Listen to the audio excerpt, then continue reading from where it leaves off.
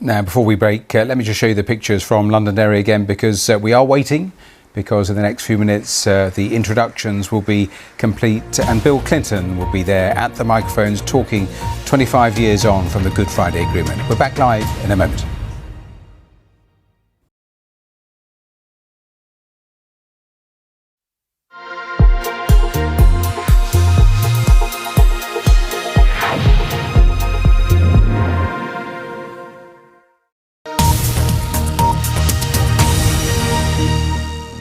Now on BBC News, the biggest African and international news stories. Focus on Africa.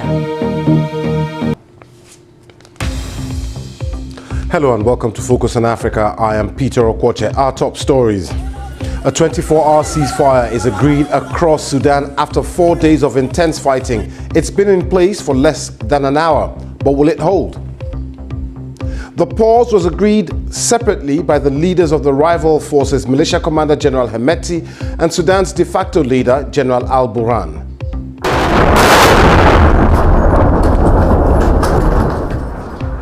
The power struggle between the two men has led to the death of hundreds of civilians. Aid agencies say the humanitarian situation remains desperate. We'll have all the latest from Sudan. Also on the program, another crackdown in Tunisia.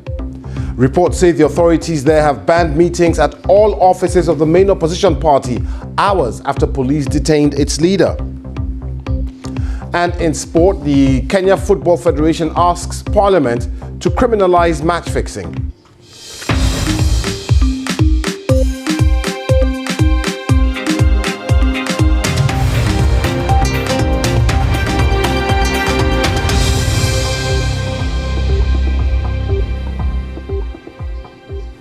Thanks for joining us here on Focus on Africa from BBC News.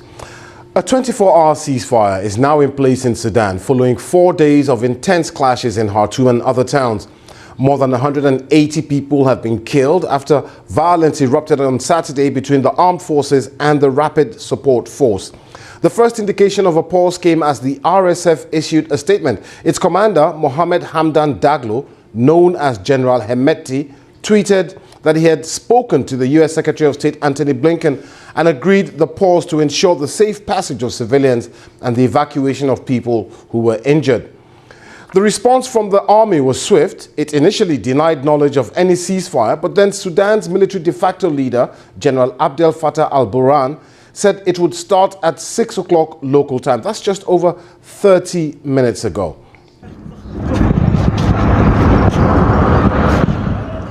Now, overnight, Sudanese citizens saw a barrage of artillery fire light up the sky in Khartoum. And today, some residents took advantage of the ceasefire to pack up their belongings and leave the city. The US Secretary of State Antony Blinken spoke to the commanders of both sides on Monday night. He says he'd welcome both sides laying down their arms. That was Dr. Adib Yusuf, the former governor of Central Darfur. And he did go on to say that because there's so many militia involved in the fighting, getting everybody to a peace table might be difficult. Still to come here on Focus on Africa, we'll have all the sports with Mimi as Victor Osimhen is set to return to Napoli in their Champions League quarter-final second leg today.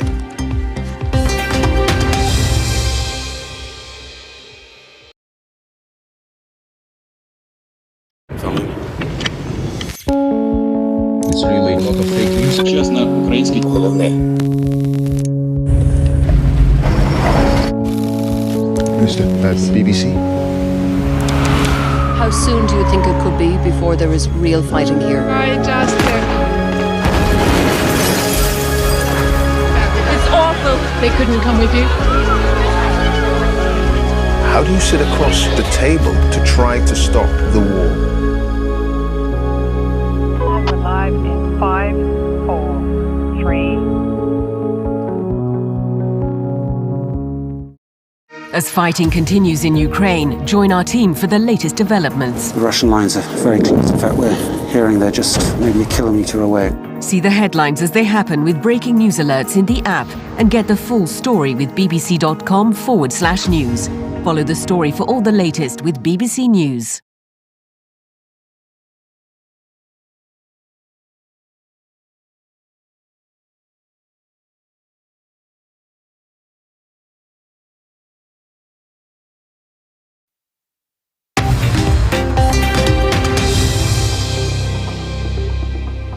Welcome back to Focus on Africa. Now, we're going to stay with our top story here, where Sudan's military government and the Rapid Support Forces have agreed to a 24-hour ceasefire. However, the BBC understands that fighting has continued in Khartoum, with residents telling us they could still hear heavy gunfire.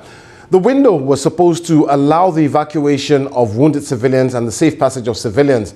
Many people had been trapped in their homes or buildings for days without any supplies, including these students who sought refuge at a petroleum company in Khartoum, as one of them explained.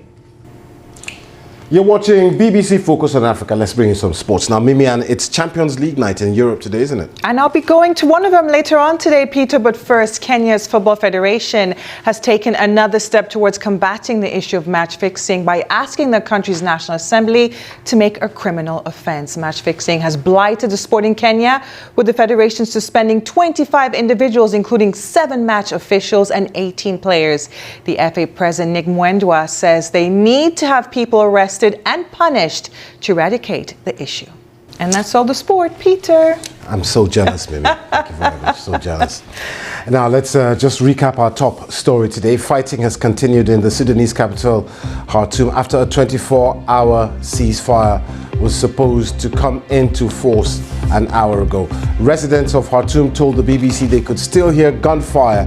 The extent of the fighting is unclear.